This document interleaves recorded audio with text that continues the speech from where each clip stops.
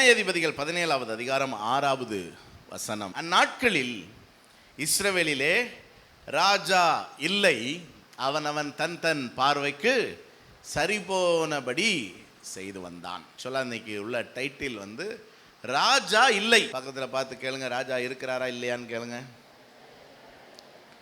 ஆனா என்ன பொறுத்தவரையில ராஜா இல்லை. வசனம் என்ன சொல்லுது? ராஜா இல்லை. உங்க வாழ்க்கையில ராஜா இருக்காரா இல்லையாங்கிறது தான் இன்னைக்கு நம்ம அலசி ஆராய போகிறோம். ராஜா இல்லாததுனால அவன் தன் தன் பார்வைக்கு சரிபோனபடி தன் இஷ்டத்துக்கு காரியங்களை செய்தார்கள் என்று வேதம் சொல்லுகிறது. இந்த வசனத்தின் பின்னணி என்ன அப்படின்னா, இஸ்ரவேல் ஜனங்களை கர்த்தர் எகிப்திலிருந்து கொண்டு போய் கானான் தேசத்தில் குடி அமர்த்தினார். அவர்கள் கானான் தேசத்தை யுத்தம் பண்ணி சுதந்திரித்து கொண்டார்கள். அது யோசுவாவின் காலம். அந்த யோசுவாவுக்கு அப்புறம் கிமுனா கிறிஸ்துவுக்கு முன்னாடி 1350 1014 வரைக்கும், 1350 கிமுனாலே பின்னோக்கி வரும், ரிவர்ஸில் வரும், மைனஸில் வரும் அந்த காலங்கள். 1350 1014 வரைக்கும் 336 ஆண்டுகள் ராஜா இல்லை. 336 ஆண்டுகள் இஸ்ரவேல் ஜனங்களை வழிநடத்த யார் இல்லை? அந்த நாட்களை பற்றி தான் இங்கே வேதத்தில் சொல்லியிருக்கிறது. அவனவன் தன் தன் பார்வைக்கு சரி போனபடி செய்யும். என்ன அர்த்தம்னா, கட்டுப்பாடு இல்லை, சட்டம் இல்லை, கேட்க ஆள் இல்லை, தண்டனை இல்லை. பொதுவாக மனுஷனுக்கு இப்படிப்பட்ட சூழல் ரொம்ப பிடிக்கும். அதாவது யாரும் நம்மளை என்ன செய்யக்கூடாது, கேட்கக்கூடாது. எனக்கு என்ன விருப்பமோ, நான் எப்படி வாழ விரும்புகிறேனோ அதுக்கு எனக்கு ஒரு சுதந்திரம் வேணும், சுயாதீனம் வேணும் அப்படிங்கிற ஒரு நிலை. எத்தனை பேருக்கு பிடிக்கும்? சத்தமாக ஒரு அலையில சொல்லுங்க பார்க்கலாம். பிடிக்கும், எல்லாருக்கும் இது என்ன செய்யும், பிடிக்கும். ஒத்துக்கிட மாட்டோம், ஆனால் பிடிக்கும். யாரும் என்னை ஒன்றும் சொல்லக்கூடாது, நான் செய்கிறதான் சரின்னு எல்லாரும் ஒத்துக்கிடணும். அது சரியாக தப்பாங்கிறதெல்லாம் பிரச்சனை கிடையாது. மற்றவங்க என்ன செய்யணும், ஒத்துக்கிடணும். அது என் பார்வைக்கு சரியாக இருக்குது, நான் செய்கிறதான் சரின்னு உலகம் ஏற்றுக்கிடணும். யாராவது தப்புன்னு சொன்னாங்கன்னா எனக்கு பிடிக்காது. அப்படி ஒரு கட்டுப்பாடற்ற ஒரு நிலை. ஒரு உதாரணம் பார்ப்போம். ஒரு பொருட்காட்சியில் என்னெல்லாம் இருக்கும்? வேடிக்கை பார்க்குறதுக்கு நிறையா இருக்கும், கடைகள் நிறையா இருக்கும், தின்பண்டங்கள் நிறையா இருக்கும், பொழுதுபோக்கு அம்சங்கள், ராட்டினம், இந்த மாதிரி விஷயங்கள்லாம் நிறையா இருக்கும். அப்புறம் முந்திலாம் பொம்மலாட்டம் இருக்கும், மாயக்கண்ணாடி, அப்புறம் நாகக்கண்ணி, ஞாபகம் இருக்கா? வேற பேய் வீடு, ஹாரர் ஹவுஸ், அப்புறம் மேஜிக் ஷோலாம் உண்டு முந்தி. அப்புறம் இந்த நாடகம், இதெல்லாம் இருக்கும். ஸோ பொருட்காட்சி நம்ம எல்லாருக்கும் தெரிஞ்ச விஷயம்தான். ஒரு பொருட்காட்சி, அதில் எந்த கட்டுப்பாடும் கிடையாது. அதாவது டிக்கெட் கிடையாது, எந்த கடையிலையும் வியாபாரி கிடையாது, எந்த பொருளையும் எடுக்கலாம், எந்த உணவையும் நீங்கள் சாப்பிடலாம், எந்த ராட்டினத்துலையும் ஏறலாம், போலீஸோ வாட்ச்மேனோ அப்படி யாருமே கிடையாது. உங்கள் இஷ்டத்துக்கு போய் எல்லாத்தையும் அனுபவிக்கலாம் அப்படின்னு ஒரு வாய்ப்பு கொடுக்கப்படுகிறதுன்னு வச்சுக்கோங்களேன். இந்த சிவகாசி பட்டணத்துக்கு என்ன நடக்கும்? இல்லை, முதல்ல எத்தனை பேர் அப்படி ஒரு வாய்ப்பு கொடுக்கப்படலாம், அப்படி ஒரு வாய்ப்பு கொடுத்தா நல்லா இருக்கும் அப்படிங்கிறவங்க கை ஊற்றி ஒரு அலையில சொல்லுங்க பார்க்கலாம். இல்லை அதெல்லாம் சரிப்பட்டு வராதுங்கிறவங்க ஒரு அலையில சொல்லுங்க பார்க்கலாம். அப்படின்னா என்ன அர்த்தம்? மௌனம் சம்மதத்துக்கு அப்படி ஒரு வாய்ப்பு கிடைச்சா நல்லதுன்னு தான் நம்ம நிறைய பேர் நினைக்கிறோம். சரி, அப்படி ஒரு சந்தர்ப்பம் கொடுக்கப்படுதுன்னு வச்சுக்கோங்களேன். என்னெல்லாம் நடக்கும்? முதல்ல வரமுறை இல்லாமல் கூட்டம் என்ன செய்யும், அலை மோதும். அப்புறம் வண்டிகள் கார்கள் எல்லாத்தையும் குண்டக மண்டக நிறுத்தி விட்டுருவாங்க. போக்குவரத்து பயங்கர நெரிசல் ஆயிரும். அப்புறம் கடைகள்லாம் சூறையாடப்படும். எவெல்லாம் உன்னையா எடுப்பான், தேவையானதை மட்டுமா எடுப்பான், அவ்வளோத்தையும் எடுத்து நல்லா சொருகிக்கிட்டு அப்படியே. என்ன மனுஷனுக்கு இருக்கிற அந்த பேராசைக்கு 2 கையெல்லாம் என்ன செய்யாது, பத்தாது. 10 கை இருந்தால் கூட அவனுக்கு என்ன செய்யாது, பத்தாது. அவ்வளோத்தையும் அல்லணும்னு நினைப்பான். ராட்டினத்தில் பெருங்கூட்டம் ஏறி அது என்ன செஞ்சிடும், சரியக்கூடிய வாய்ப்பு அதிகம் உண்டு. அப்புறம் உணவு பண்டங்கள் எல்லாம் வீணாக்கப்படும். எங்கே பார்த்தாலும் பயங்கரமாக குப்பைகள் அசுத்தங்கள்லாம் என்ன செய்யும், காணப்படும். அவன் அங்கங்கே 1 பாத்ரூம் 2 பாத்ரூம்லாம் என்ன செஞ்சுக்கிட்டு இருப்பான், போய்கிட்டு இருப்பான். ஆமாம், பல உயிரிழப்புகள் கூட என்ன செய்யும், நேரிடும். எத்தனை பேருக்கு புரியுது? இது எல்லாருக்குமே தெரிஞ்ச விஷயந்தான். உங்கள்கிட்டயே நாங்கள் நிறையா கருத்து கேட்டிருந்துருக்கலாம், டைம் இல்லை, அதனால தான் நானே உங்கள் சார்பாக சொல்லிட்டேன். ஆமாம், எப்படி பொருட்காட்சி நடத்தப்படுகிறது? குறிப்பிட்ட நேரம் கடைபிடிக்கப்படுகிறது. இத்தனை மணிக்கு தான் தொடங்கும், இத்தனை மணிக்கு முடிஞ்சிடும். அதுக்கப்புறம் எவனும் அங்கே இந்த இடத்துல என்ன செய்யக்கூடாது, இருக்கக்கூடாது. லைட்லாம் ஆஃப் பண்ணிடுவாங்க.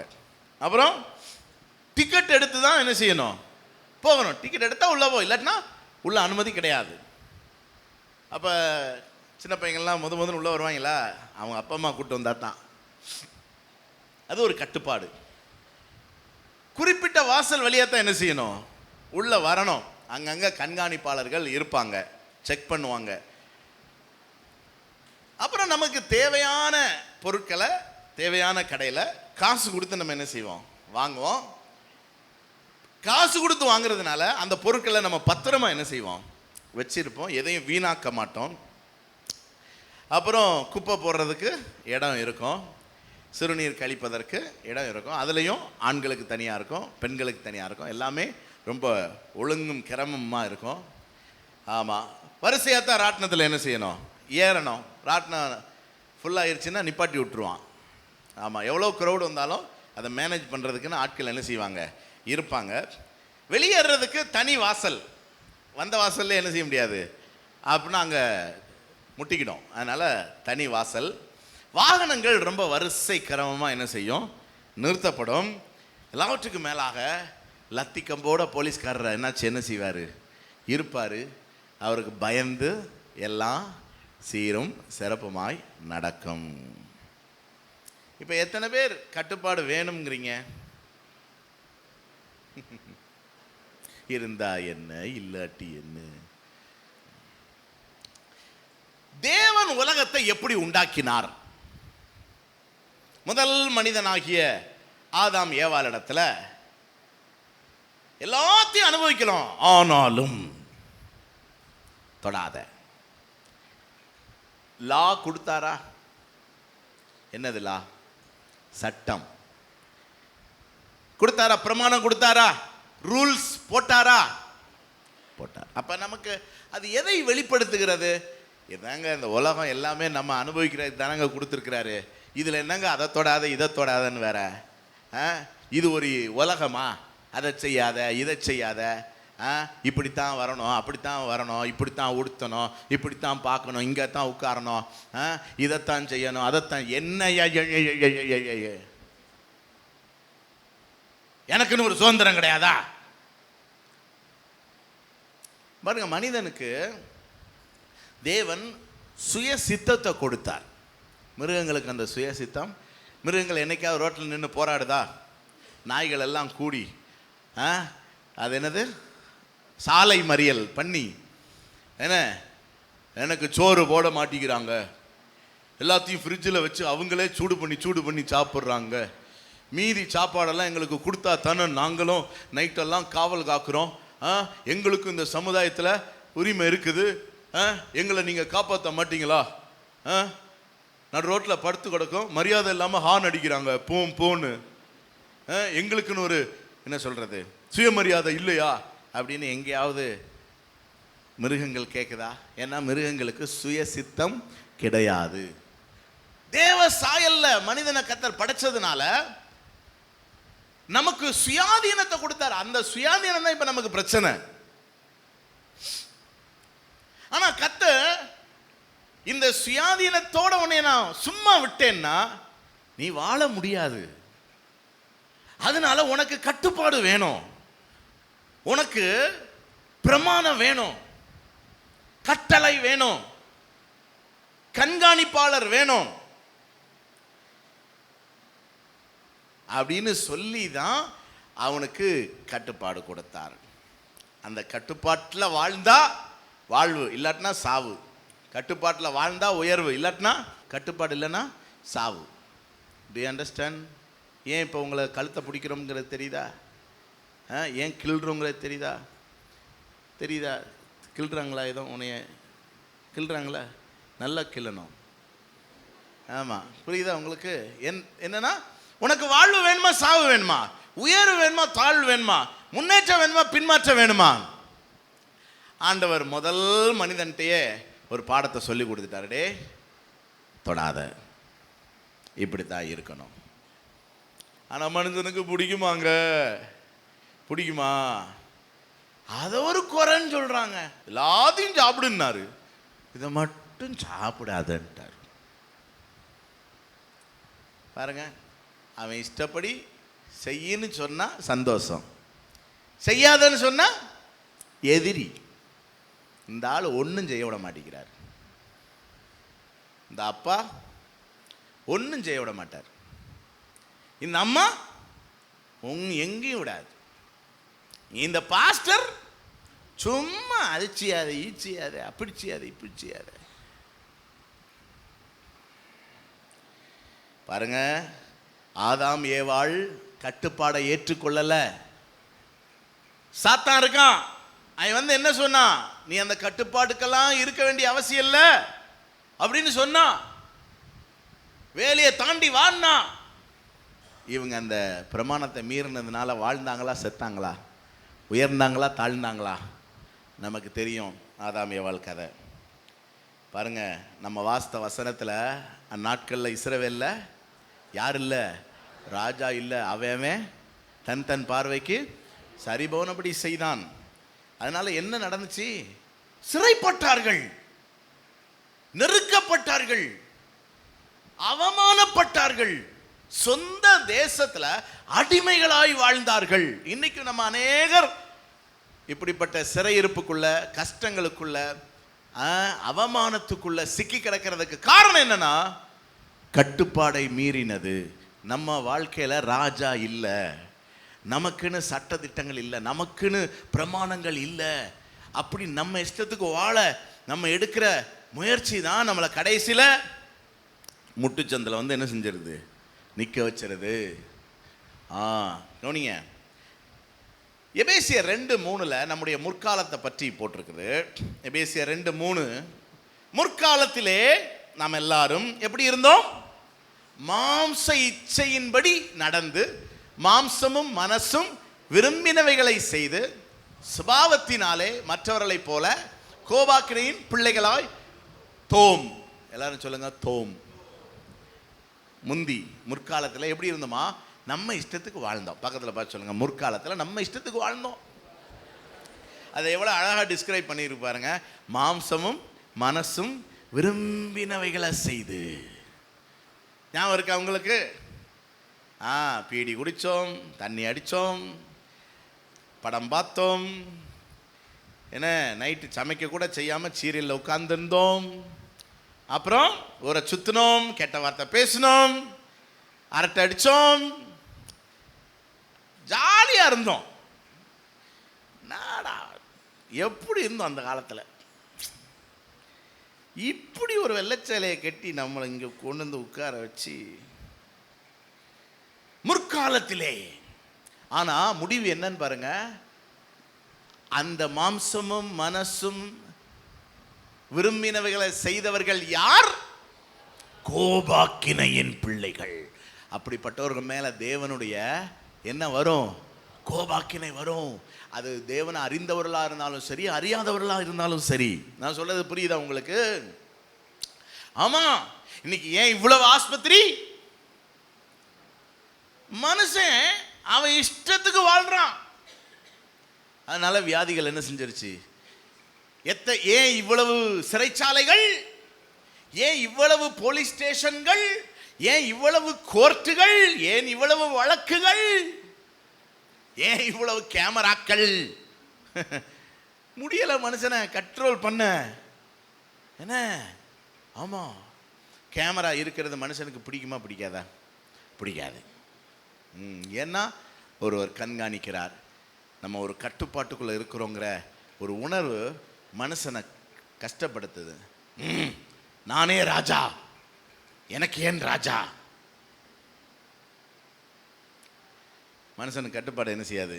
பிடிக்காது. நம் முற்காலத்தில் அப்படி கோபாக்கினின் பிள்ளைகளாக இருந்தோம்.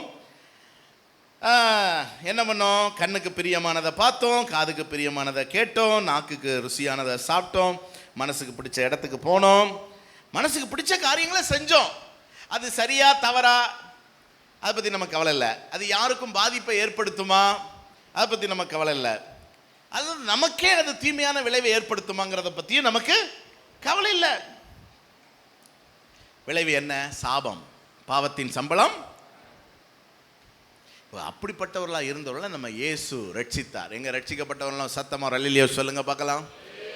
இயேசு என்னை ரட்சித்தார்னு சொல்லுங்க பார்க்கலாம்.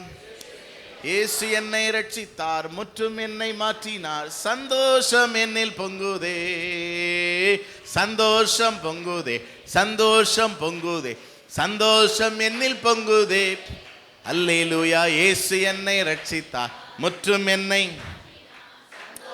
என்னில் பொங்குதே. ரட்சிக்கப்பட்டோங்க. இப்ப ரட்சிப்பின் அனுபவத்தில் அல்லது கிறிஸ்தவ வாழ்க்கையில ராஜா இருக்கிறாரா இல்லையா? அதான் இப்ப கேள்வி. பக்கத்தில் பார்த்து கேளுங்க, உங்க வாழ்க்கையில ராஜா இருக்கிறாரா இல்லையா? பாருங்க, ரட்சிப்பின் அனுபவமே என்னன்னா இயேசு நமக்குள்ள வர்றது தானே. கிறிஸ்தவ வாழ்க்கை என்னன்னா கிறிஸ்துவுக்கு உட்பட்ட வாழ்க்கை, கிறிஸ்துவுக்கு ஒப்பு கொடுக்கப்பட்ட வாழ்க்கை, கிறிஸ்துவுக்கு என்று அர்ப்பணிக்கப்பட்ட வாழ்க்கை. நல்லா விளங்கிக்கோங்க, கிறிஸ்தவத்தை நீங்க நல்லா புரிஞ்சுக்கணும். நம்ம தேவைக்காக வந்து கடவுள்கிட்ட வேண்டிக்கிட்டு போற மார்க்கம் இது அல்ல. பொதுவாக மதங்கள் எதற்காகனா மனுஷனுக்கு ஒரு தேவை, அதுக்கு கடவுள் உதவி செய்யணுங்கிறதுக்காக வேண்டுதலுக்கு வர்றது தான் கோயில் மதம்லாம். ஆனால் கிறிஸ்தவம் அப்படி கிடையாது. ஆண்டவர் நம்ம கூடவே இருக்கிறவர், நமக்கு உதவி செய்கிறவர், நம்மை ஆசீர்வதிக்கிறவர், இதில் மாற்று கருத்து இல்லை. ஆனால் நம்மை கர்த்தருக்காக ஒப்பு கொடுத்து வாழ்வது தான் கிறிஸ்தவ வாழ்க்கை. அப்படி ஒப்பு கொடுக்கும்போது நாம் அவருக்கு அடிமை, அவர் நமக்கு எஜமானன், அவர் நமக்கு ராஜாவா இருக்க விரும்புகிறார். அப்ப இயேசு இருக்கிற வாழ்க்கைக்கும் இல்லாத வாழ்க்கைக்கும் என்ன வித்தியாசங்கிறத நீங்க புரிஞ்சுக்கிடணும். நிறைய பேர் ஒரு ஆசீர்வாதமான வாழ்க்கை, ஏன்னா ஒரு சௌகரியமான வாழ்க்கை தான் இயேசு இருக்கிற வாழ்க்கைன்னு நினச்சிக்கிறாங்க. ஆனால் இயேசு இருந்த படகுல தான் என்ன வந்துச்சு? கடல் தண்ணி உள்ளே வந்துச்சு. புரியுதா உங்களுக்கு? ஆமாம். அதனால் அது கிடையாது. இயேசு இருக்கிற வாழ்க்கை பிரமாணம் இருக்கிற வாழ்க்கை. ஆமாம், பிரசங்கி 8:4 நீங்கள் வாசித்து பார்த்தீங்கன்னா, ராஜா இருக்கிற இடத்துல அவருடைய வார்த்தை இருக்கும், வார்த்தை இருக்கிற இடத்துல அதிகாரம் இருக்கும்.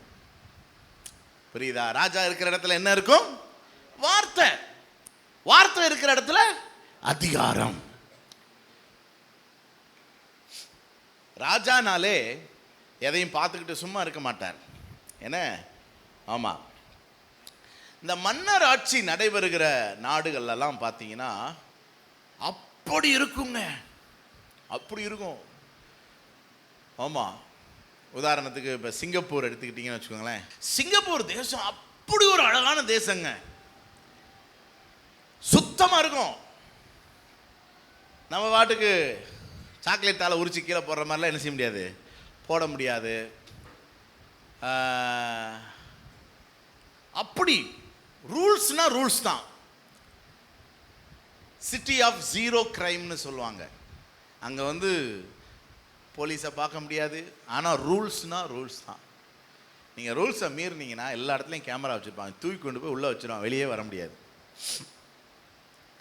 ஆமாம், இந்த கடத்தல், திருடுறது, இந்த போதைப் பொருட்களை பயன்படுத்துறது, இந்த மாதிரி எந்த கேஸ்னாலும் சரி உள்ளே போனால் வெளியே வர முடியாது, கொன்னே விடுவாங்க. அடிலாம் திகிடும் கூட என்ன செய்யும் இருக்கும். அங்கே ஹியூமன் ரைட்ஸ்க்கெலாம் அங்கே வேலையே கிடையாது. அங்கே லாயர் வந்து நமக்காக பரிந்து பேசி என்னத்தையாவது உன்னை பொய்ய சொல்லி வெளியே கூட்டிகிட்டு போவே முடியாது, அவனையும் சேர்த்து உள்ளே வச்சு மீச்சிருவாங்க. மன்னர் ஆட்சி. ஆனால் மக்களுக்கு ரொம்ப சௌரியமான ஆட்சி.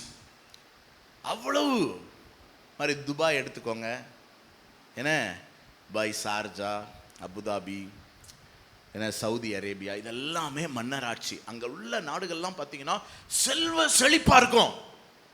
ஏன்னா ராஜா எங்கேயோ அங்கே அதிகாரம் உண்டு, அங்கே வார்த்தை உண்டு, அங்கே சட்டம் உண்டு.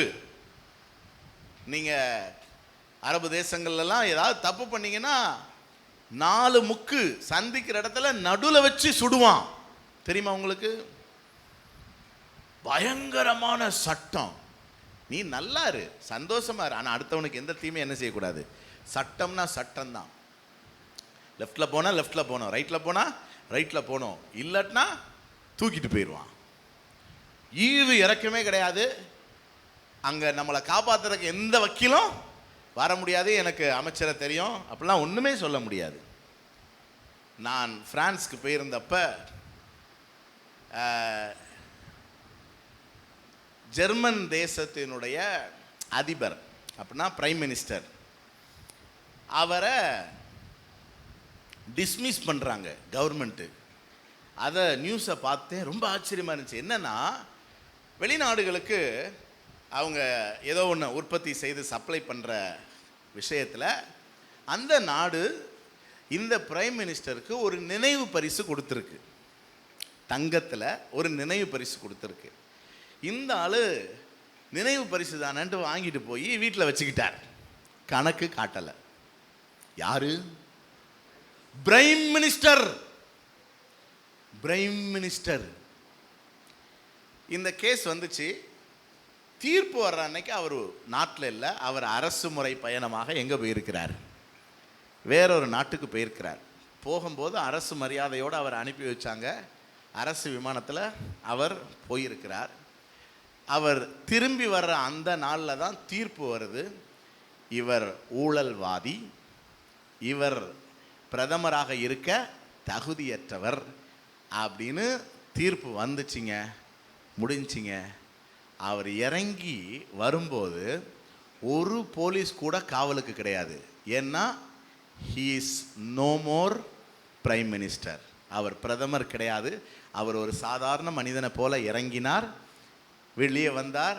அவருடைய சொந்த வாகனம் வந்து அவரை எடுத்து கொண்டு போய் அவருடைய பழைய வீட்டில் கொண்டு போய் விட்டது. அதனால தான் ஜெர்மன் செழிப்பாக இருக்கு. புரியுதா? ஜெர்மன் ஏன் செழிப்பாக இருக்குன்னு? அவர் வேணும்னு கூட செய்யலைங்க. அது ஒரு தவறுதலாக நடந்த விஷயம்தான். அவர் நினைவு பரிசை வாங்கி வீட்டில் வச்சுக்கிட்டார், அவ்வளோதான். ஆனால் நம்மளும் மழையவே ஒழுங்கிட்டு சுக்கு காப்பியை குடிச்சு ஏப்ப விட்டுட்டு ஒன்றுமே தெரியாமல் இருக்கானே. இன்னைக்கு வரைக்கும் 20,000 கோடி எங்கன்னு நானும் தேடிக்கிட்டே தான் இருக்கேன். ஆண்டவர்கிட்டையும் கேட்குறேன், ஆண்டவரே புதையல்களை தருவேன் என்று சொன்னீரே ராஜா அப்படின்னா நீ டிடிவி தினகரன்ட்ட போய் கேளுங்கிறாரு. நம்ம போய் என்னத்தை கேட்க அவர்கிட்ட? முழுங்கிட்டு பேசாமல் என்ன செய்கிறாங்க, ஏன் போட்டுக்கிட்டு. டிஎம்கே வந்தோன்னே என்னமோ ஏடிஎம்கேவை புரட்டி எடுத்து அடிக்க போகிறாங்கன்னு பார்த்தா புரட்டி அவங்ககிட்ட இருந்து பாதியை வாங்கிக்கிட்டு இவங்களும் என்ன செய்கிறாங்க. நான் கொடுமை பாருங்களேன். இதுக்கு பேர் மக்கள் ஆட்சி. அது மன்னர் ஆட்சி, இது மக்கள் ஆட்சி. எங்க அது இடியமீன், ஹிட்லர் போன்ற சர்வாதிகாரிகள் எழும்பி தேசத்தை சீரழிச்சாங்க. அது ஒட்டி தான் சரி மக்கள் ஆட்சின்னு ஒன்று வந்தா மக்களா என்ன செய்ய முடியும், ஆட்சியை கவுக்க முடியும். ஏன்னா இப்படி ஏதாவது ஒருத்தன் சர்வாதிகாரம் பண்ணி அநியாயம் பண்ணிக்கிட்டு இருந்தான்னா மக்கள் என்ன செஞ்சிடலாம், அந்த ஆட்சியை கவுத்தரலாம். மக்களுக்கு அது சேஃப்டிங்கிறனால தான் அந்த மக்களாட்சி முறையை கொண்டு வந்தாங்க. ஆனால் மக்களும் சேர்ந்துல ஓட்டுக்கு காசை வாங்கிட்டு முழுங்கிட்டு அப்படின்ட்டு இருக்கிறாங்க. இங்கே எந்த மக்களுக்காவது உணர்வு இருக்குதா? ஆக நம்ம தேசம் எப்படி இருக்குதுன்னு பாருங்க. அப்போ உண்மை என்னன்னா, ராஜா இல்லை, அவன் தன் தன் பார்வைக்கு சரி போனபடி செய்கிறான்.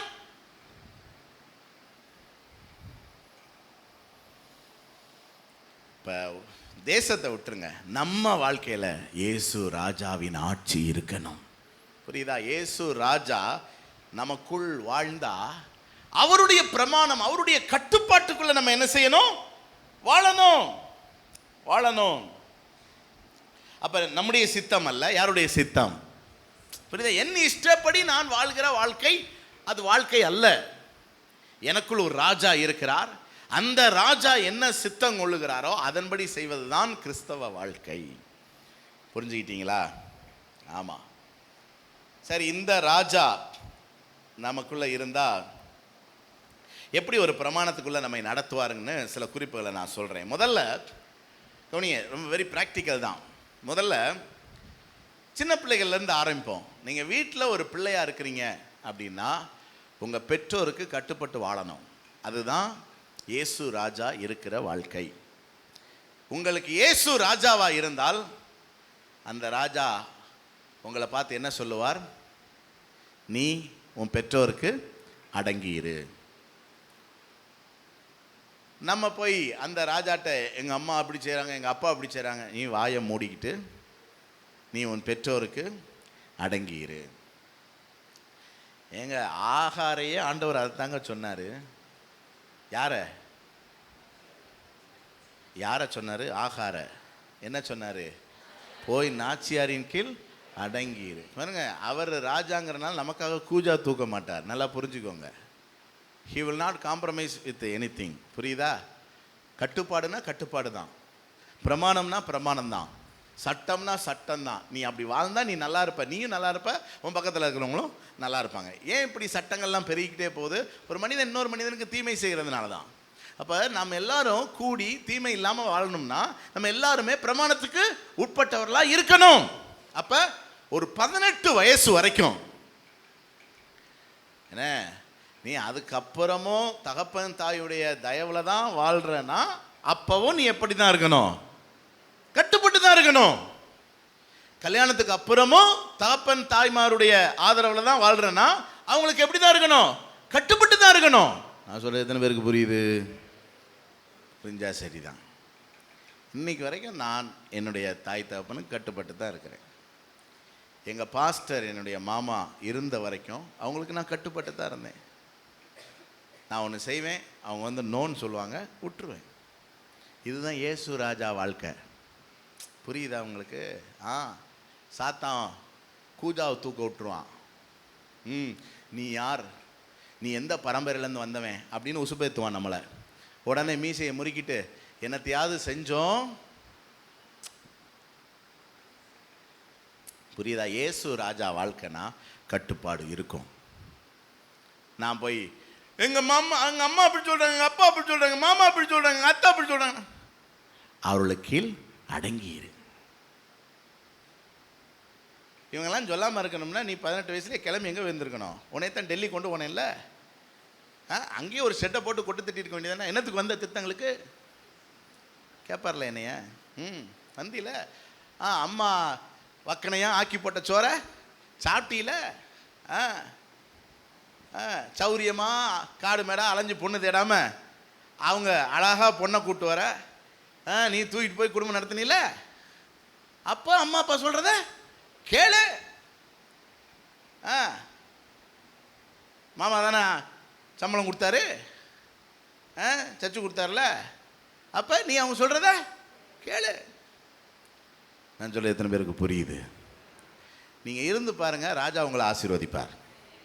நான் சொல்கிறது புரியுதா? அதனால் சின்ன பிள்ளைகள்லாம் தகப்பனையும் தாயையும்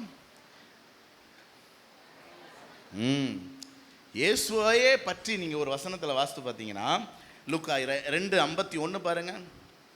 லூக்கா 2:51. பின்பு அவர் அவருடனே கூட போய் நாசரேத்து ஊரில் சேர்ந்து அவர்களுக்கு யார் கூட? பெற்றோர் கூட போய் இயேசு என்ன செய்தாராம்? பெற்றோருக்கு கீழ்ப்படிந்திருந்தார். எத்தனை வயசு வரைக்கும்? 30 வயசு வரைக்கும் இயேசு குடும்பத்துக்கு கட்டுப்பட்டு இருந்தார். அதுக்கப்புறம் தான் வந்து முதல்ல கல்யாணத்துக்கு போனார்ல, அங்கே அந்த அம்மா வந்துருச்சு. வழக்கமாக சொன்னதெல்லாம் செய்வார் அவர். பாவம், தண்ணி எட்டு வா அப்படின்னா வருவார், அங்கிட்டு போ அப்படின்னா போவார், இங்கே வா காலமிக்கி விடுனா இப்படியே செய்வாரா. அதனால அந்த அம்மா வந்து அந்த பழக்கத்தில் வந்து, ஏப்பா அந்த திராட்சை ரசம் குறைஞ்சி போச்சான், கொஞ்சம் நிரப்பி விடேன் அப்படின்னோடனே, ஸ்திரீயே நான் இப்போ தனியாக வீடு பார்த்துட்டேன், ஆமாம் என்னை சந்திக்க வேண்டுமானால் கப்பர்நகூமுக்கு நீ வரணும் அப்படின்ட்டாரு. என்ன பண்ணுறது? ஆனால் அதுதான் உண்மை. 30 வயசுக்கு அப்புறம் அவர் என்ன செஞ்சிட்டாரு? பிதாவின் சித்தம் செய்ய தகப்பனின் தாயை விட்டு வெளியே வந்துட்டார். புரியுதா நான் சொல்கிறது? அதனால் நம்ம அவர்களோடு இருந்தால் ஒரு கட்டுப்பாடு இருக்குது. கூட்டு குடும்பத்தில் என்ன இருக்கும் சொல்லுங்கள்? அவங்கவுங்க இஷ்டத்துக்கு ஆப்பாயில் போட்டு சாப்பிட முடியாது. ஆப்பாயில் போட்டு சாப்பிடணும் தானே கூட்டு குடும்பத்தில் இருக்க மாட்டேங்கிற. கிளம்பி போயிடுற. ஒரு ஆப்பாயிலுக்காக உறவுகளை மறுதளிக்கிற கூட்டம் இந்த காலத்து கூட்டம். அந்த காலத்தில் எதெல்லாம் தியாகம் பண்ணிட்டு கூட்டு குடும்பத்தில் இருப்பாங்க தெரியுமா? அவங்களாம் நல்லா இருந்தாங்க. சொர்க்கம். அந்த உறவுகளாக கூடி வாழ்கிறது எவ்வளோ பெரிய சொர்க்கம். இன்னைக்கு உறவுகள் குறைஞ்சிட்டாங்க. ஒரு காலத்தில் 9 பிள்ளைகள் 11 பிள்ளைகள் இருந்தாங்க. சின்ன இடம்தான், ஆனால் எலி குஞ்சுகள் மாதிரி என்ன செய்யும்? அப்படியே கூடி ஆடி பாடி வாழ்ந்த காலம். இன்னைக்கு 1 2ன்னு இருந்துக்கிட்டு எப்படி அடிச்சுக்கிட்டுதுங்கிறீங்க? ஐயோ, என்னன்னா எல்லாமே இந்த சுயாதீனம் தான். நான் ஏன் இஷ்டம் கஷ்டம். ஆண்டவர் அப்படி ஒரு சிஸ்டமே வைக்கலைங்க. ஆதாம் ஏவாள்கிட்டே சொன்னார், தொட்ட செத்த. கட்டுப்பாடு இருக்கு, பிரமாணம் இருக்கு, விதிமுறை இருக்குது. ஏன் இஷ்டம் கிடையாது, அவர் இஷ்டம். ஏன் சித்தம் கிடையாது, அவர் சித்தம். புரிஞ்சுக்கோங்க. அதனால தான் சிறு பிள்ளைகள் பெற்றோருக்கு அடங்கி இருக்கணும். உங்கள் இஷ்டம் கிடையாது, பெற்றோருடைய இஷ்டம். அதுதான் இயேசுராஜாவுடைய இஷ்டம். புரியுதா? ஆமாம். நான் பிள்ளைகளுக்காக ஒரு உதாரணமாக நான் சொல்கிறேன். நான் கல்லூரி படிக்கும்போது பஞ்சாப் போயிருந்தேன். அது என்ன சிட்டி? சண்டிகார் போயிருந்தேன். சண்டிகார் ரொம்ப அழகான சிட்டி, நிறைய கடைகள் இருக்கும். ஆமாம். அப்போ எனக்கு வீட்டில் ரொம்ப செலவுக்கெல்லாம் காசு தர மாட்டாங்க. ரொம்ப அளவாக தான் எனக்கு காசு கிடைக்கும். ஆனால் நான் போன இடத்துல எனக்கு ஒரு ரெக்கார்டிங் சான்ஸ் கிடச்சிது. அதனால் நான் ரெக்கார்ட் பண்ணதுக்கு எனக்கு ஒரு 500 ரூபா கொடுத்தாங்க. 500 ரூபாங்கிறதா அப்போ ரொம்ப பெரிய காசு. எனக்கு மட்டற்ற மகிழ்ச்சி. அதை கொண்டு போய் நான் ஒரு டைட்டாக பேண்ட் ஒன்று வாங்கிக்கிட்டேன். ரொம்ப விருப்பம் டைட்டாக போடணும்னு. ஆமாம், ஃபுல்லாக தொலைதலன்னா அப்போ தைச்சி தருவாங்க. ஆமாம். நானாக எனக்கு விருப்பமான ஒரு பேண்ட்டை வாங்கிட்டு நான் கோயம்புத்தூரில் படிச்சுக்கிட்டு இருந்தேன். அப்புறம் ஒரு நாள் லீவுக்கு வீட்டுக்கு வந்தேன். ஆமாம், திரும்ப ஊருக்கு போவோன்னு சொல்லி நான் கிளம்பும்போது இந்த பேண்ட்டை காணும். என்னடா பேண்ட்டை காணும்? எங்கள் அம்மாட்ட கேட்டேன், தெரியாதுன்ட்டாங்க. அப்புறம் கடைக்கு போக சொன்னார்கள். எனக்கு ஒரு பையை கொடுத்தார்கள். அதை பார்த்தவுடன் நான் அதிர்ந்து போனேன். ஏனென்றால் அந்த பை வேற ஒன்றும் இல்லை, என்னுடைய பேண்ட்டு. எங்கள் அம்மாவுக்கு தைக்க தெரியுங்கிறதுனால நடந்த கொடுமை இது.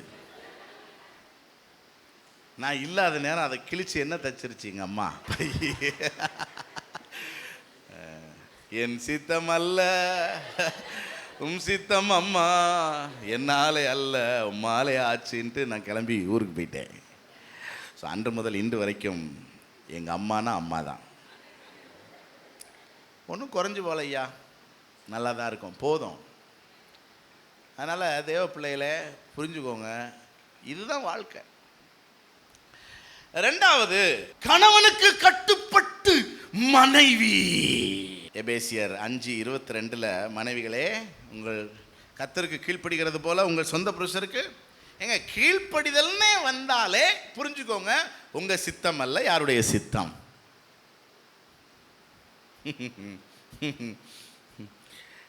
என்ன இருக்கு உங்களுடைய வாய்க்குள் என்ன இருக்கிறது இப்பொழுது? ஆமாம், அத்தான் சித்தம். புரியுதா? இல்லாட்டினா என்ன செஞ்சிருக்க கூடாது பாருங்க. இப்போ கல்யாணம்னு கட்டும்போதே வேத பிரமாணத்தை நம்ம ஏற்றுக்கொள்ளணும். இனி என் சித்தம் அல்ல, யார் சித்தம்?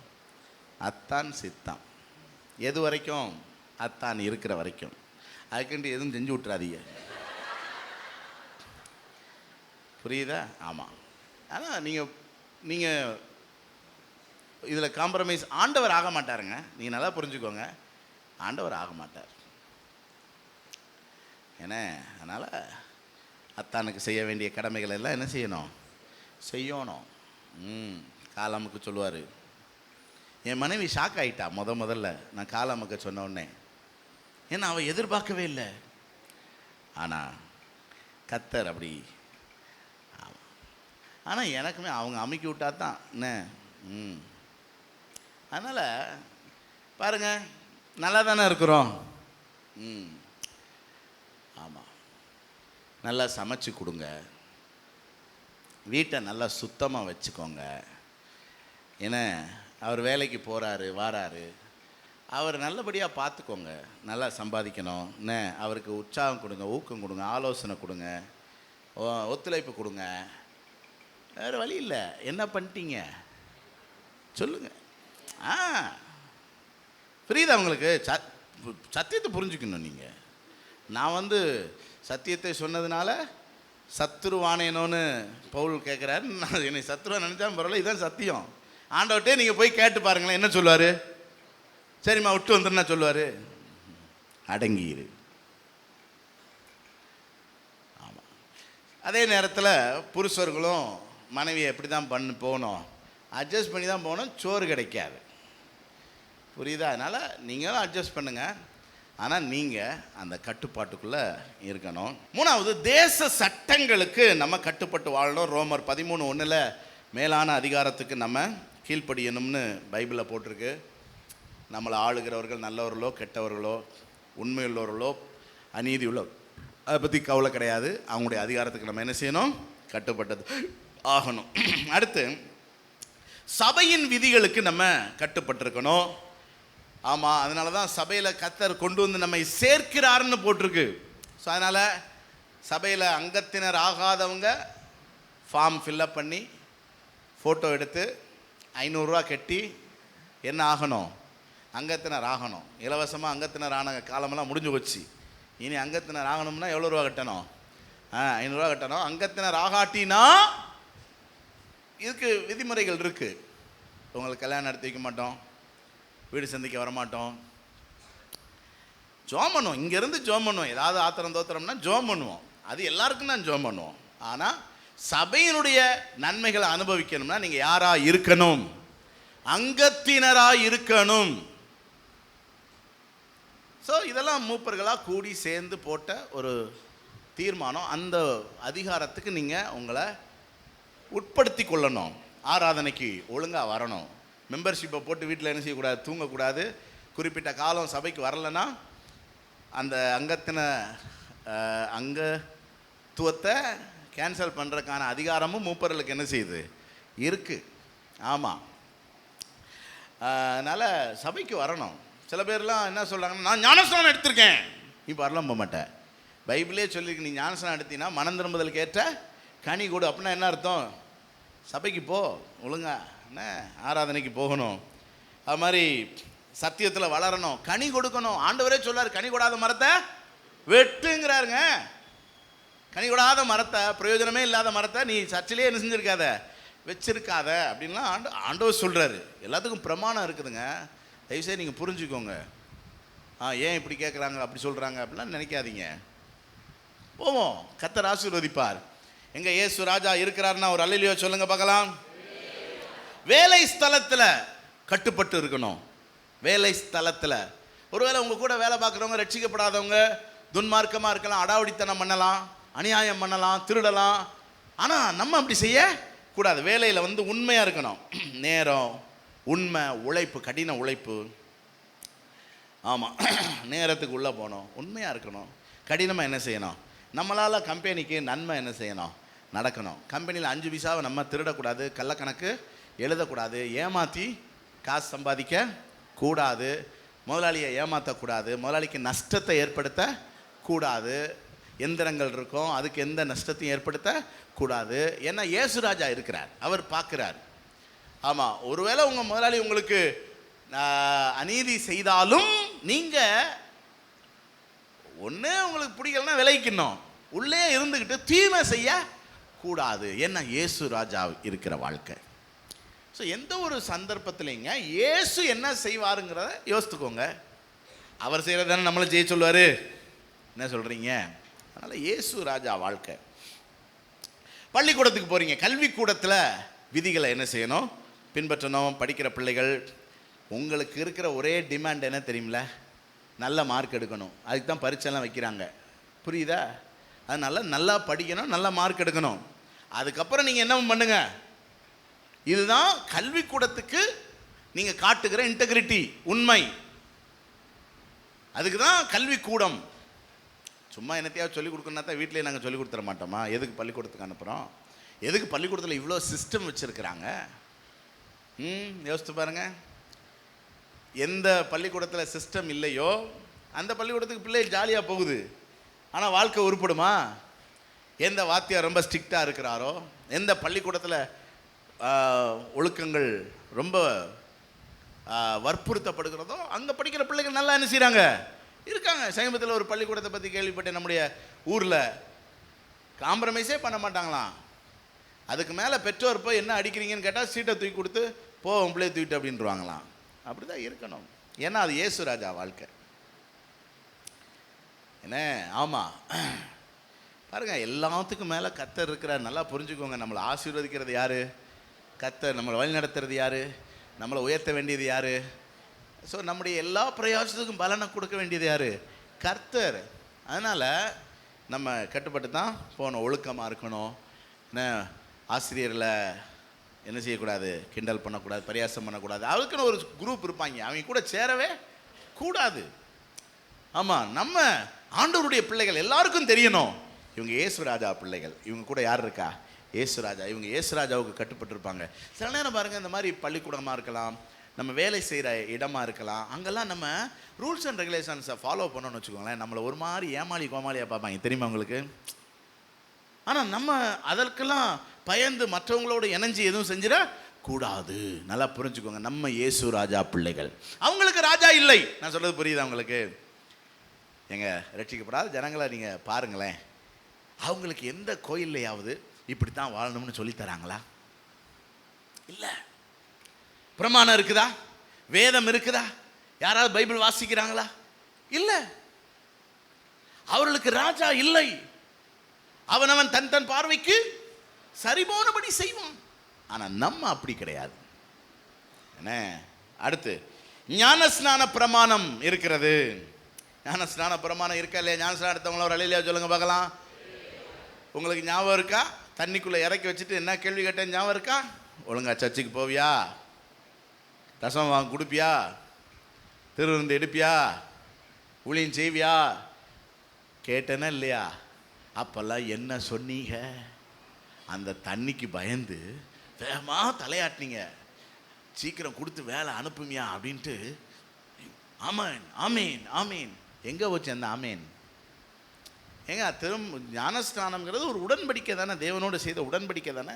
உடன்படிக்கையில் கட்டுப்பாடு உண்டு, உடன்படிக்கையில் பிரமாணம் உண்டு, உடன்படிக்கையில் ரூல்ஸ் அண்ட் ரெகுலேஷன்ஸ் உண்டு. ஞானஸ்நானம் எடுத்துட்டா இப்படி தான் வாழணும் அப்படின்னு ஒரு கட்டுப்பாடு இருக்குது. அதெல்லாம் சொல்லி கொடுத்து தான் ஞானஸ்நானத்துக்கு உட்படுத்துகிறோம். நான் ஏற்கனவே சொன்னேன்ல, கல்யாணம் பண்ணிட்டோம், வேறு வழி இல்லை. யார் கட்டுப்பட்டு தான் இருக்கணும்? புருஷனுக்கு கட்டுப்பட்டு தான் இருக்கணும். சொன்னேன்னா இல்லையா? அதே மாதிரி தான் ஞானஸ்நானம் எடுத்துட்டோம், யார் கட்டுப்பட்டு இருக்கணும்? இயேசுவோடு நீங்கள் செய்த உடன்படிக்கை, சபையோடு நீங்கள் செய்த உடன்படிக்கை. ஆனால் நீங்கள் கட்டுப்பட்டு பாருங்க, ஒரு ஆசீர்வாதம் உண்டு. புரியுதா உங்களுக்கு? கட்டுப்பாடு இருக்கிற இடத்துல ஆசீர்வாதம் உண்டு. அடுத்து ஞானஸ்நானம். அதனால் இயேசுவை மறுக்கக்கூடாது, மறுதளிக்கக்கூடாது, மறைக்கக்கூடாது, மறக்கக்கூடாது. 4 சொல்லுங்க. மானால மறுக்கக்கூடாது. யார? இயேசுவை மறுக்கக்கூடாது, மறுதளிக்கக்கூடாது, மறைக்கக்கூடாது, மறக்கக்கூடாது. சொல்லுங்க பார்க்கலாம். மறுக்கக்கூடாது, மறுதளிக்கக்கூடாது, மறைக்கக்கூடாது, மறக்கக்கூடாது. இயேசுவை ஞானஸ்நானம் எடுத்தவங்க. அடுத்து திருமண உடன்படிக்கை. திரும்பவுமா அப்படின்னு கேட்காதீங்க, இது ஆண்களுக்கு. மல்கியா 2:14, மல்கியா 2:14, கர்த்தர் உனக்கும் உன் இளவயதின் மனைவிக்கும் சாட்சியாக இருக்கிறார்.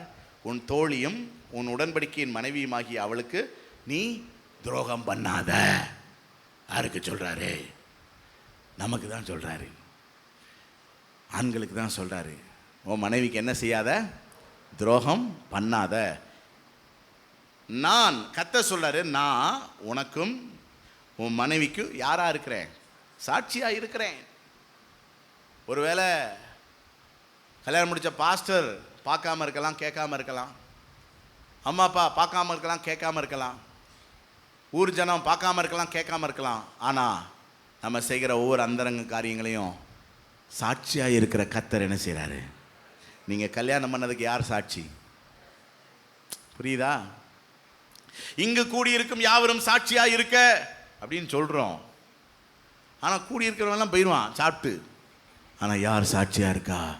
கர்த்தர் உன்னை நம்பி வந்தால ஒரு பிள்ளை, அவளை கண்கலங்க விடக்கூடாது. அழுவா, தொடச்சிக்கிட்டே இருக்கணும். ஒரு கப்பில் பிடிச்சிக்கிட்டே இருக்கணும். அசைன்மெண்ட்டு தான். எப்படி சந்தோஷப்படுத்தலாம், எப்படி உதவி செய்யலாம், எப்படி தேற்றலாம், எப்படி. ஆமாம், அதுதான் நம்ம வேலை. கல்யாணம் பண்ணோம்ல, பண்ணுமே இல்லையா? ஆமாம். அதனால் என்ன செய்யணும்? காப்பாற்றணும். கடைசி வரைக்கும் வச்சு என்ன செய்யணும்? காப்பாற்றணும். கல்யாணம் பண்ண பிறகு அது சரியில்லை, இது சரியில்லைன்னு என்ன செய்யக்கூடாது?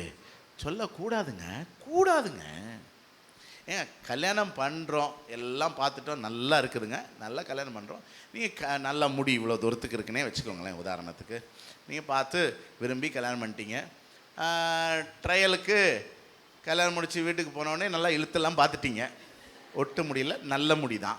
சரி, நீங்கள் குடியிருக்க போன இடத்துல தண்ணி சரியில்லை, குளித்தா முடியெல்லாம் கொட்டுது. யார் பொறுப்பு? புரியுதா? உடனே நீங்கள் நான் நல்ல முடி இருந்ததுனால தான் கல்யாணம் பண்ணேன், இப்போ உனக்கு முடி இல்லைன்னா உனக்கு மூளை இல்லைன்னு அர்த்தம். எப்போ மனுஷன் நம்ம என்ன வேணாலும் என்ன செய்யலாம்? நடக்கலாம். என்ன வேணாலும் நடக்கலாம். நல்ல கை காலெலாம் நல்லா இருக்கிற மாதிரி தான் நம்ம பார்த்து நம்ம கல்யாணம் பண்ணுறோம். சரி, ஏதோ ஒரு விபத்து நடந்துருச்சு, காலில் ஏதோ ஒரு பிரச்சனை, ஏன்னா ஒரு காலில் சரியாக நடக்க முடியலை. என்ன செய்ய? கொண்டு விட்டுறதா வீட்டில்? அதுங்க நம்ம ரொம்ப பயபக்தியாக வாழ்ந்து பரிசுத்தமாக கல்யாணம் பண்ணணும். இதெல்லாம் பெரிய சவால். புரியுதா உங்களுக்கு? கட்டினதுக்கப்புறம் நம்ம அதை மாற்ற முடியாது. ஏன்னா அதுக்கு யார் சாட்சியாக இருக்கா? கர்த்தர் சாட்சியாக இருக்கிறார். அதனால ஆண்டவர் சொல்றாரு, மனைவிக்கு என்ன செய்யாத? துரோகம் பண்ணாத. ஆமாம். ஸோ உடன்படிக்கை இது ஒரு பிரமாணத்துக்கு உட்பட்ட வாழ்க்கை. இஷ்டத்துக்கு என்ன செய்ய முடியாது? மாற்ற முடியாதுங்க, மாற்ற முடியாது. அதனால தான் இன்றைக்கி எல்லாம் இந்த உள்ள ஜென்ரேஷன் என்ன யோசிக்கிறாங்கன்னா, எதுக்கு கல்யாணம் பண்ணிக்கிட்டு, சேர்ந்து வாழ்வோம், பிடிக்கலன்னா விலகி போவோம்ங்கிறாங்க. அது இதுக்கும் மேலே பயங்கரமாக தேவனுடைய கோபத்தை கொண்டு வரும். ஸோ ஞாபகம் இருக்குதா? கல்யாணம் பண்ணவங்கள ஒரு அழிலையோ சொல்லுங்கள் பார்க்கலாம். அதை வேற ஞாபகப்படுத்துறீங்க பாஸ்டர். அப்படிங்க என்ன சொன்னீங்க? தேவ பிரமாணத்தின்படி பரிசுத்த திருமண நிலைமையில் ஒருமித்து வாழ இவளை மனைவியாக ஏற்றுக்கொண்டு சுகத்திலும் துக்கத்திலும் நேசித்து ஆதரித்து கனப்படுத்தி காப்பாற்றி இருவரும் உயிரோடு இருக்கும் நாளெல்லாம் பிறர் முகம் பாராமல் உனக்கே கணவனாக இருப்பேன் என்று சொன்னவர்களெல்லாம் கைவத்தி ஒரு அழிலையோ சொல்லுங்கள் பார்க்கலாம். ஆஹா, இனி கஷ்டம்தான் போல. சரி, சொன்னமா இல்லையா? உடன்படிக்கை கூடியிருக்கும் யாவரும் சாட்சியாக இருக்க நான் உன்னை கணவராக ஏற்றுக்கொண்டு நன்மையிலும் தீமையிலும் வாழ்விலும் தாழ்விலும் சுகத்திலும் துக்கத்திலும் வாழ்நாள் முழுவதும் சுடுதண்ணி போட்டு காலை அமுக்கி விட்டு நல்லா ஆக்கி வயிறு நிறைய சாப்பாடு கொடுத்து கனப்படுத்தி கீழ்ப்படிய வாக்கு கொடுக்கிறேன். சொன்னமா இல்லையா? சொன்னீங்க பாஸ்டர், சொன்னோம். கல்யாணத்தில் இப்படியெல்லாம் வந்து சிக்கோம்னு நம்ம என்ன கண்டோமா? கவனிங்க, கல்யாணம் பண்ணிட்டோம், பிரமாணத்துக்கு உட்பட்டோம். அதனால தான் பவுல் என்ன சொல்கிறாரு அப்படின்னா, ஏமா ஏதோ ஒரு அக்கேஷனில் கணவன் மனைவி இழந்து மனைவி கணவனை இழக்கிறீங்க அப்படின்னா அதுக்கப்புறம் திரும்ப அந்த சிறையிருப்புக்குள்ளே என்ன செய்யாதீங்க, போகாதீங்க, சுயாதீனமாக கர்த்தருக்காக வாழுங்க அப்படின்னும் அவர் என்ன செய்கிறாரு, 1 கொரிந்தியர் 7வது அதிகாரத்தில் அவர் சொல்கிறாரு. ஆமாம், ஆனால் கணவன் மனைவியாக வாழ்கிறது ஒரு ஆசீர்வாதம். ஏன்னா அப்படி நம்ம இணைந்து வாழும்போது பிரமாணம் இருக்கிறது, கட்டுப்பாடு இருக்கிறது. இப்போ கணவர் வெளியே போகிறாருன்னா அங்கேருந்து ஒரு சவுண்டு வரும், எங்கே வரீங்க அப்படின்னு. இந்த வந்துடுறேன்னா என்ன அர்த்தம்? இந்த ஒரு நண்பனை பார்க்க. யாரு? இந்த சுப்பிரமணி. எதுக்கு? இந்த ஏதோ ஒரு பிஸ்னஸ் விஷயமா பாரு. எப்போ வருவீங்க? நான் அரை மணி நேரத்தில் வந்துடுவேன். சரி போயாச்சு. அரை மணி நேரத்தில் ஃபோன் வரும். எங்கே இருக்கீங்க? சுப்பிரமணி வீட்டில் தானே. சுப்பிரமணி என்ன செய்கிறாரு இவ்வளோ நேரம்? இந்த முடிச்சுட்டாருமா, அனுப்பி விட்டாரு, இந்த வாரேன். என்ன பண்ண? பிரமாணத்துக்கு உட்பட்டிருக்கோம். அதே மாதிரி தான் நாங்களும் உங்களை 1008 கேள்வி என்ன செய்வோம், ஆனால் உங்களவுக்கு கேட்க முடியாது.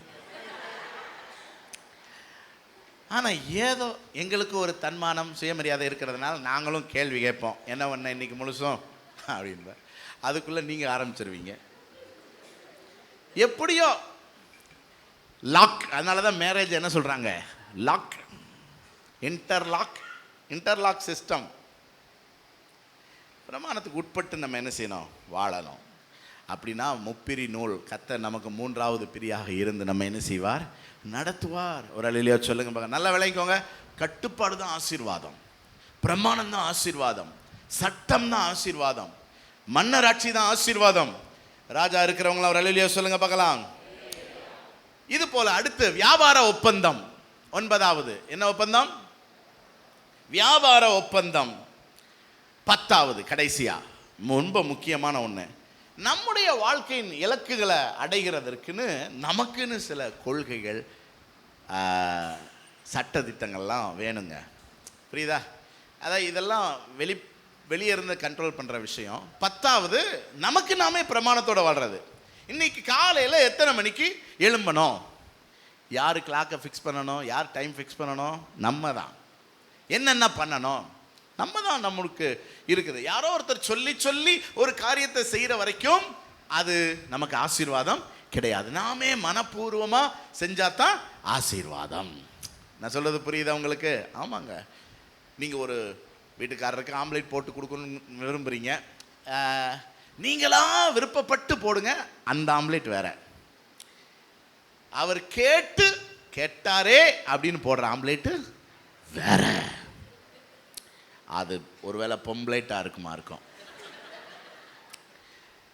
நாங்கள் புரியுதா, எதுவுமேங்க நம்ம மனசு வச்சு செஞ்சால் அது வேற, ஒருத்தருடைய நிர்பந்தத்தில் செஞ்சால் அது வேற. ஸோ நான் இதுக்கு முன்னாடி 9 காரியங்கள் நான் சொன்னேன். நான் இது எல்லாமே வெளியே இருந்து வர்ற கட்டுப்பாடு. இதுக்கே நம்ம கட்டுப்பாடாக இருக்கணும்னு சொல்லும்போது 10வது விஷயம், நமக்கு நாமே ஒரு கட்டுப்பாடை நம்ம விதிச்சு கொள்ளணும். ஒரு அல்லேலூயா சொல்லுங்க. அப்போ ஒன்வேளை என்றைக்குமே என்ன செய்யக்கூடாது, போகக்கூடாது. அது நமக்கு இருக்கிற கட்டுப்பாடு. போலீஸ் இருந்தாலும் சரி இல்லாட்டினாலும் சரி போகக்கூடாது. ஆனால் சில நேரங்கள் இருக்குது, காலைல 8 மணி வரைக்கும் எந்த வழியிலனாலும் போய்க்கலான் இருக்கு. அந்த நேரம் போய்க்கலாம், ஒன்றும் அதுக்குன்னு ரொம்ப அதிக பிரசங்கத்தனமாலாம் என்ன செய்யக்கூடாது. ஆனால் ஒரு கட்டுப்பாடு தேவை. புரியுதா? ஆமாம், பாவம் செய்யக்கூடாது, அசுத்தமானதை பார்க்கக்கூடாது. என்ன கட்டுப்பாடு. அப்படி தான் சொல்கிறோம். லவ் பண்ண கூடாது, நமக்குன்னு ஒரு கட்டுப்பாடு. ஏன்னா பண்ணால் 1008 பிரச்சனை. என்னத்துக்கு? கொஞ்ச நாள் பொறுமையாக இருந்தால் வீட்டில் ஏதாவது பார்த்து என்ன செய்வாங்க, நமக்கு கல்யாணம் பண்ணி வைப்பாங்கல்ல, வெப்பம்ல. நான் எங்களுக்கு வேறு என்ன வேலை அப்படி நமக்கு ஒரு கட்டுப்பாடு. நமக்கு நாமே என்ன சபைக்கு போகணும். ஆமாம் பாருங்க, யாரோடு பழகணும், எதை விட்டு விலகணும், என்ன சாப்பிடணும், கட்டுப்பாடு இருக்கணும்ல. அப்புறம் எப்படி உடுத்தணும், எதில் கவனம் செலுத்தணும், ஃபோக்கஸ், இப்படி நிறையா விஷயங்கள் இருக்குதுங்க. கட்டுப்பாடு. கவனிங்க, இயேசுநாதர் இந்த கட்டுப்பாடுகளை எதையுமே தளர்த்த மாட்டார். நல்லா புரிஞ்சுக்கோங்க. நீங்கள் கட்டுப்பாடை விட்டு விலகுனீங்கன்னா அது உங்களுக்கு ஆசீர்வாதமாக இருக்காது. படிப்பில் மார்க் வராது, பிஸ்னஸில் ஆசீர்வாதம் வராது, குடும்பத்தில் சமாதானம் வராது, ஊழியத்தில் நன்மை வராது. புரியுதா? பக்கத்தில் இருக்கிறவங்களோட உறவுகள் என்ன செய்யாது, வளராது. அப்போ இதுக்கெல்லாம் என்ன காரணம்னு பார்த்தீங்கன்னா, கட்டுப்பாடை எங்கே மீறணும், சட்ட திட்டங்களை எதை மீறணும், யாருடைய வார்த்தையை மீறணும், நமக்கு மேலே இருக்கிற எந்த அதிகாரத்தை நம்ம அசட்டை பண்ணோம், அதுதான் பிரச்சனையாக இருக்கும். ஏசுநாட்ட ஒருத்தர வந்தாங்க, ராயனுக்கு வரி கொடுக்கலாமான்னு கேட்டாங்க. சிம்பிளாக சொன்னார், ராயனுக்குரியதை ராயனுக்கு கொடு, தேவனுக்குரியதை தேவனுக்கு கொடு. பாருங்க, ஆண்டவர் நீ வாழ்றீல, உன்னை ஆள்றாங்கல்ல, அப்போ நீ செய்ய, முறுமுறுக்காத. இப்படி செய்கிற ஆண்டவர்கிட்ட நம்ம போய் பிரமாணத்தை மீறிட்டு, கட்டுப்பாடுகளை மீறிட்டு, சட்டத்திட்டங்களை மீறிட்டு போய் ஏதாவது விளக்கம் கொடுக்க முடியுமாங்க? அதுக்குதான் நான் உங்களுக்கு ஆரம்பத்திலே ஆகாரை பற்றி சொன்னேன். ஆகார் நாச்சியார் கடினமாக நடத்தினதுனால தான் என்ன செய்கிறா, புறப்பட்டு போகிறா. ஆண்டவர் என்ன சொல்றாரு? ஏமா ஆகாரு, ஆபிரகாம்கிட்ட கேட்கும் போது என்ன சொல்லியிருந்திருக்கணும்? இந்த நாச்சியார் கூட குடும்பம் நடத்த முடியாதுன்னு சொல்லியிருக்கோமா இல்லையா? யோ, நீர் கூட நல்லவர் தான், நீர் வேணா இந்த நாச்சியாரை விட்டுட்டு வெளியே வாரும், உண்மை நான் கல்யாணம் பண்ணி உனக்கு பிள்ளை பத்தாருன்னு சொல்லியிருக்கோமா இல்லையா? நாச்சியார் சொன்னாங்கிறதுனால பணக்கார வீட்டில் வாழ்க்கப்பட போகிறோம்ட்டு நீ சரின்னு தலையாட்டினில, இப்போ இன்டர்லாக், நீ போய் நாச்சியாரின் கீழ் அடங்கி இரு. இது ஹிஸ்ட்ரி ரிப்பீட்ஸு. எப்படி? ஆமாம், பிரச்சனை கூடின உடனே, இஸ்மவேல்லாம் பிறந்து பிரச்சனை கூடின உடனே சாராள் என்ன சொல்கிறா? அப்போ இவ விரட்டலை ஆகார, புரியுதா உங்களுக்கு? இப்போ என்ன செய்யறா? விரட்டுறா. இப்போ ஆபிரகாம் ஆண்டவர்கிட்ட போய் கம்ப்ளைண்ட் பண்ணுறான், ஆண்டவரே என் பொண்டாட்டி விரட்டுறா ஆண்டவரே அப்படின்னு. என்ன சொன்னார்? அவ சொல்கிறபடி சரி பாருங்க, எங்கேயாவது கர்த்தர் காம்ப்ரமைஸ் ஆகிறாரான்னு பார்த்தீங்களா? ஆக மாட்டார். ஏன்னா உனக்கு அவ யாரு? மனைவி தானே. அவ சொன்னான்னு கேட்டு நீ செஞ்சில, இப்பயும் அவ சொல்றதையே கேளு. ஆகார் போனால, வனாந்திரத்தில் அழுதுகிட்டு இருந்தால, ஆண்டவர் ஏதாவது திரும்ப போன்னு சொன்னாரா? இல்லை. யார் அனுப்பி விட்டா? சாராள் அனுப்பி விட்டா. போ, ஏன்னா அவ என்னைக்குமே உனக்கு மேற்பட்டவள் சாராள். பாருங்க, அப்படி இதுதான் சத்தியம். நீங்கள் விலகிக்கிட்டீங்கன்னா என்னைக்கு நம்ம ஆசீர்வாதமாக இருக்கலாம்.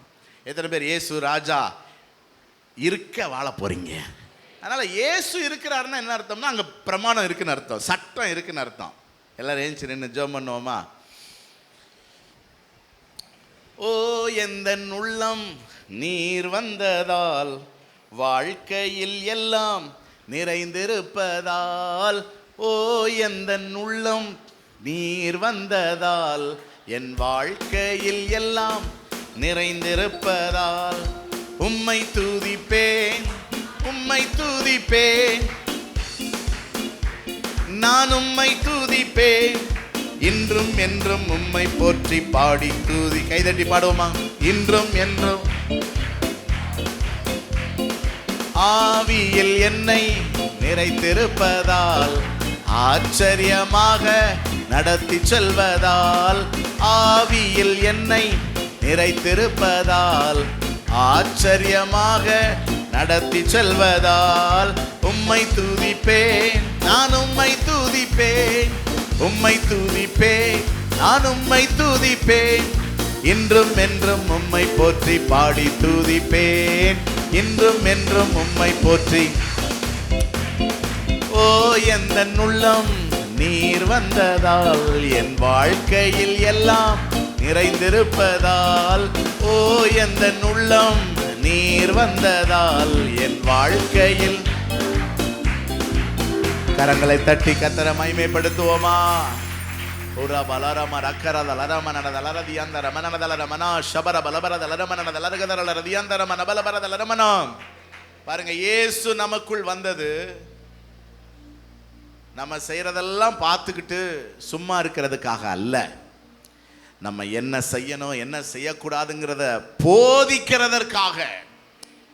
கவனிங்க, ஒரே ஒரு வார்த்தையை நான் சொல்லி முடிக்கிறேன், ரொம்ப முக்கியமானது. உங்க உள்ளத்துல தேவன் பேசுகிற அந்த மெல்லிய சத்தத்தை உணர்ந்து பழகுங்க.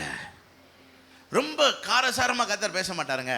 மெல்ல நம்ம உள்ளம் சொல்லும், வேணாண்டா, செய்யாத, இது நல்லது இல்லைன்னு ரொம்ப சைலண்டா சாஃப்டா சொல்லுங்க. அதுதான் பிரச்சனை. நமக்கு டெசிஷன் எடுக்கவே கொஞ்சம் கஷ்டமா தான் இருக்கும்.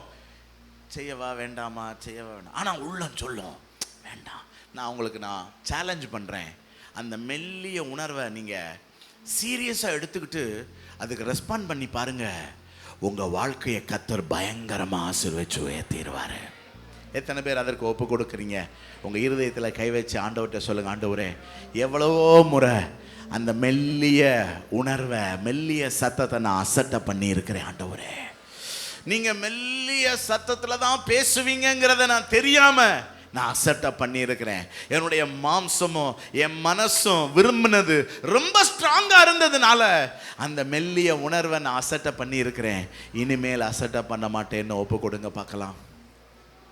ஆண்டவர்கிட்ட ஒப்பு கொடுத்து ஜெபம் பண்ணுங்க. ஆண்டவரே, நான் பிரமாணங்களுக்கு கட்டுப்பட்டு இருப்பேன், பெற்றோருக்கு கட்டுப்பட்டு இருப்பேன், பாஸ்டருக்கு கட்டுப்பட்டு இருப்பேன், கணவருக்கு கட்டுப்பட்டு இருப்பேன், தேச சட்ட திட்டங்களுக்கு கட்டுப்பட்டு இருப்பேன், வேலை ஸ்தலத்தில் ஹல்லேலூயா முதலாளிக்கு கட்டுப்பட்டு இருப்பேன், விதிமுறைகளுக்கு கட்டுப்பட்டு இருப்பேன். ஹல்லேலூயா, எனக்கு நானே கட்டுப்பாடுகளோட வாழ்வேன்னு சொல்லி ஒப்பு கொடுங்க. எனக்கு நானே கட்டுப்பாடு, என் இஷ்டத்துக்கு நான் வாழ மாட்டேன் ஆண்டவரே.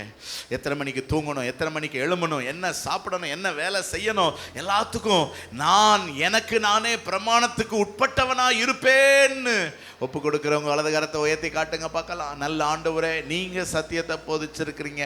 இது திட்டவட்டமா கர்த்தர் என்னோடு பேசின வார்த்தை. மணிக்கணக்கான ஆண்டோடைய சமூகத்தில் ஏதாவது ஒரு வார்த்தை வேணும்னு காத்திருந்த போது நீ சொன்னி ராஜா வேணும்னு. இன்னைக்கு அந்த ராஜா எப்படி எங்களுக்குள்ள இருந்து ஆளுகை செய்கிறீர் என்பதை அழகா போதிச்சிருக்கிறீங்க ஆண்டவரே. இனி உம்முடைய பிள்ளைகள் வாழ்க்கை ஆசீர்வாதமா இருக்கட்டும். ராஜா இருக்கிறீங்கன்னா ஆண்டவரே, அந்த வாழ்க்கை ராஜரீக வாழ்க்கையா இருக்குமே ஆண்டவரே. ராஜா கனம் பண்ணீங்கன்னா அந்த வாழ்க்கை எவ்வளவு மகிமையா இருக்கும், எவ்வளவு மேன்மையா இருக்கும். பல சந்தர்ப்பங்கள் அந்த ராஜாவுடைய வார்த்தையை நாங்க அசட்டை பண்ணி இருக்கிறோம், ராஜாவுடைய பிரமாணங்களை மீறி இருக்கிறோம். இனி நாங்க அப்படி செய்ய மாட்டோம். கர்த்தர் ஆசீர்வதிங்க. இயேசுவின் நாமத்தில் ஜெபிக்கிறோம் நல்ல பிதாவே.